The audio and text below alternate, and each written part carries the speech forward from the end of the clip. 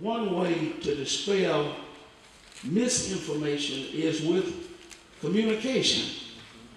And so I wanted to, I serve on our planning commission and on our council, so I wanted to have Mr. Collins here so that Mr. Collins with Bay Steel could articulate to you all directly what it is that he's asking the planning commission to approve, what his goal is, what his vision is.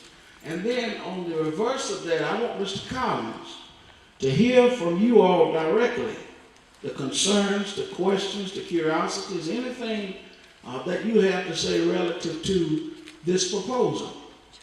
Is that fair? Yes. And so we're going to ask Mr. Collins, Mr. Bob Collins, to come forward.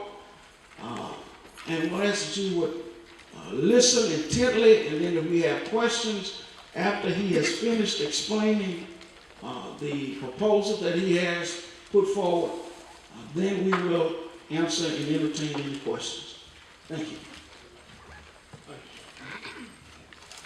Hello, I'm Bob Collins. I'm the owner of Bay Steel Corporation, and I own the piece of property that everybody's here and concerned about.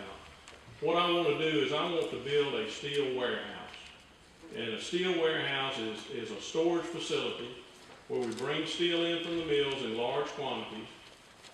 We break it down and sell it back to the industry and the steel markets in smaller quantities and try to earn a living doing that.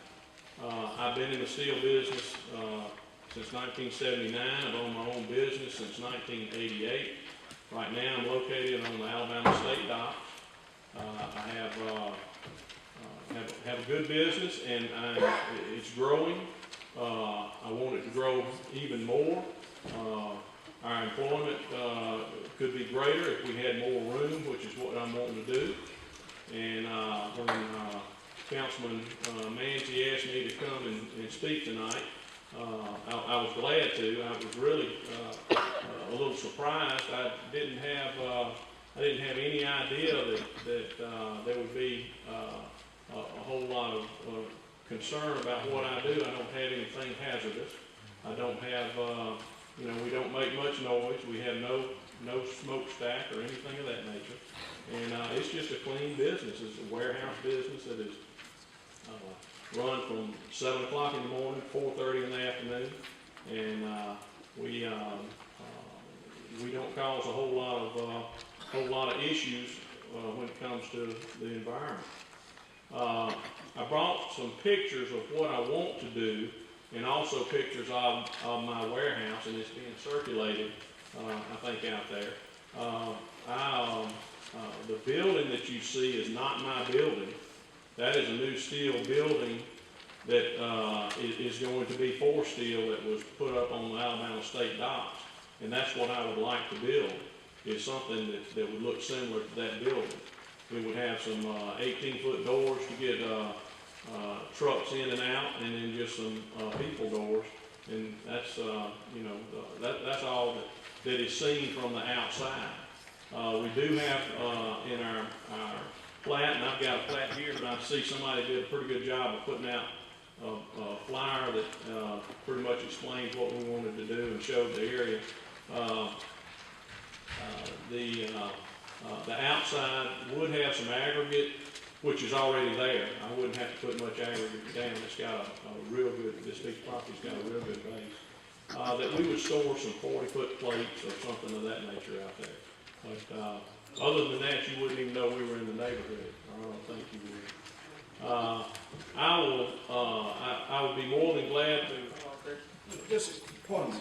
Come and just explain generally where we are in the process, what he's applied for, what he's asking the planning commission to do, and any other commentary you want to make on the planning staff plan. I was here, I guess, about 5 years ago at the community center regarding the same piece of property when we had another community meeting under the previous councilman. And that previous application, you may remember, was for a trucking company, I think, out of Mississippi.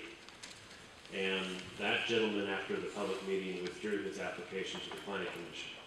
But what we have before you today it's a 17-acre site, so it's pretty big. And right now, it is zoned for single-family use only, even though in the past it's been used for other things, many other things besides residential uses. And what he's going to do, or what the request is to take this big piece of property and to divide it into 2 separate lots, and then to rezone the property from being single-family residential to heavy residential.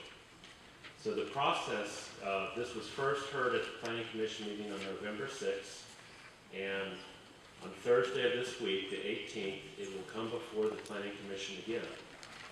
And the request for the subdivision has been held over this one time, so staff cannot request a holdover any more of that subdivision application, but the applicant can if he agrees to that. The rezoning, that if it were to get approved, it would then have to go to the city council, and that would be about, if it were approved on Thursday, then it would be about 6 weeks from Thursday when the city council would actually have the opportunity to vote on the rezoning.